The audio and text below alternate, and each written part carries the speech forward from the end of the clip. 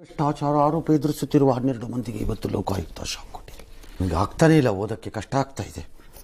ನೀನ್ ಹಂಗೆಲ್ಲ ಅನ್ಬೇಡ, ನನಗೆ ಅಳು ಬರುತ್ತೆ.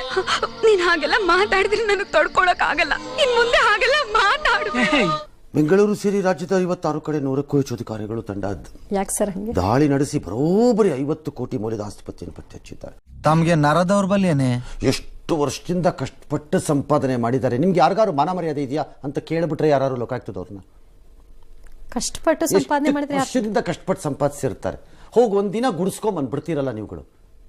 ಥೂ, ನೀವೇನ್ ಸರ್ ಭಕ್ತ ಪ್ರಹ್ಲಾದ್ ಅಂತಾರ ಇದ್ರಿ? ಇದಕ್ಕಿದಂಗೆ ಸುಮ್ನೆ ಹಿಂಗೊಂದು ಚೆಕ್ ಹಿಂಗ್ ಹಾಕದ, ಹಿಂಗೊಂದು RTGS ಹಿಂಗ್ ಹಾಕ್ದ, ಹಿಂಗೊಂದು ನೀಟ್ ಹಿಂಗ್ ಹಾಕ್ದ, ಒಂದು ಬೋಗಸ್ ಹೆಸರು ತಂದ 170 ಕೋಟಿ ಹೊಡ್ಕೊಂಡು ಹೋಗ್ತಾರೆ. ಮುಟ್ಟಲ್ಲ, ಅವ್ರನ್ನ ರಕ್ಷಣೆ ಮಾಡ್ತೀರಿ. ಅವ್ರ ಪಾತ್ರ ನಾವು ಬೆವರು ಸುರಿಸಿ ಕಷ್ಟಪಟ್ಟು ಸಂಗ್ರಹ ಮಾಡಿರೋ ದುಡ್ಡಿದು ಅಂತ 12 ಮಂದಿ ಬೇಕಾದ್ರೆ ಹೇಳ್ಬೋದು. ಅಣ್ಣ ನೀನು ಸಾಮಾನ್ಯದೋನಲ್ಲಣ್ಣ, ಹಿಂಗಿದ್ದಿದ್ದ ದೋಸೆ ನಂಗೆ ತುಪುಕ್ಕನ್ ದಬಾಕ್ಬಿಟ್ಟಲ್ಲಣ್ಣ.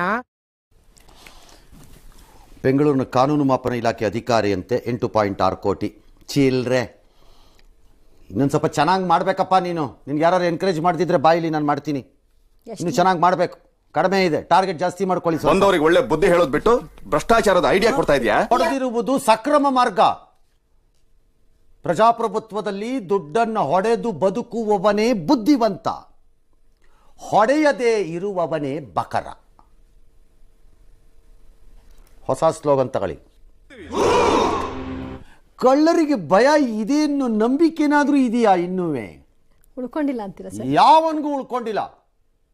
ಯಾಕೆ ಹಾಗೆ? ಅದರಲ್ಲೂ ಕಳ್ಳರು ಎಂದರೆ ರೆಗ್ಯುಲರ್ ಕಳ್ಳರಿಗೆ ಹೇಳ್ತಿಲ್ಲ ನಾನು. ಪ್ರಜಾಪ್ರಭುತ್ವದ ಹೆಸರಿನಲ್ಲಿ ಕಳ್ಳರಲ್ಲ, ದರೋಡೆಕೋರರಾಗೋಗಿದ್ದಾರಲ್ಲ, ಅವ್ರಿಗೆ ಯಾರಿಗೂ ಭಯ ಇಲ್ಲ. ಈಗ MLAಗಳು MP ಗಳು CM PM ಎಲ್ಲ ಕೊಳ್ಳೆ ಹೊಡಿತಿದ್ದಾರೆ. ನಮ್ ಜನ ಮಾತಾಡ್ತಿದಾರ. ಎಲ್ಲ ಭ್ರಷ್ಟಾಚಾರ ಗೊತ್ತಾಗ್ಬಿಡ್ತದೆ. ನಾನು ಅವೆಲ್ಲನೂ ಕೂಡ ಬಿಚ್ಚಿಡ್ತೇನೆ. ಅದಕ್ಕೋಸ್ಕರ ಉತ್ತರ ಕೇಳಬಾರದು. ಯಾವಾಗಲೂ ಕೂಡ ಇಷ್ಟೊಂದು ಕೆಟ್ಟ ರೀತಿಯಲ್ಲಿ ವಿರೋಧ ಪಕ್ಷದವರು ನಡ್ಕೊಂಡಿರ್ಲಿಲ್ಲ. ಕಾಂಗ್ರೆಸ್ ಸರ್ಕಾರ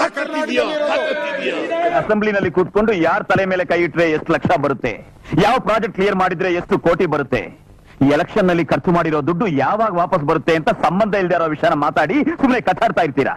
ಈ ಸುಖಕ್ಕೆ ಆ ಮಾನ್ಯ ಸ್ಪೀಕರ್ ಸಾಹೇಬ್ರು ದಿನಕ್ಕೆ 6 ಸ್ಕೂಲು 8 ಸ್ಕೂಲ್ ಮಕ್ಕಳನ್ನ ಕರ್ಕೊಂಬಂದಲ್ಲಿ ಗ್ಯಾಲರಿಲಿ ಕೂರಿಸ್ತಿದಾರಂತೆ. ನಿಮ್ಗೆ ಕೈ ಮುಗಿದ್ ಕೇಳ್ಕತೀನಿ, ಆ ಮಕ್ಕಳನ್ನ ಕರೆಸ್ಬೇಡ್ರಿ ಸ್ಪೀಕರ್ ಸಾಹೇಬ್ರೆ. ಮಾನ ಮರ್ಯಾದೆ ನಾಚಿಕೆ ಎಲ್ಲ ಹಿಂಗೆ ಹರಾಜ್ ಹಾಕೋಬೇಡ್ರಿ ಕರೆಸ್ಬಿಟ್ಟು. ಆ ಮಕ್ಕಳು ಏನ್ ಅಭಿಪ್ರಾಯ ತಗೊಂಡು ಹೋಗ್ಬೇಕ್ರಪ್ಪ ಸದನದಿಂದ?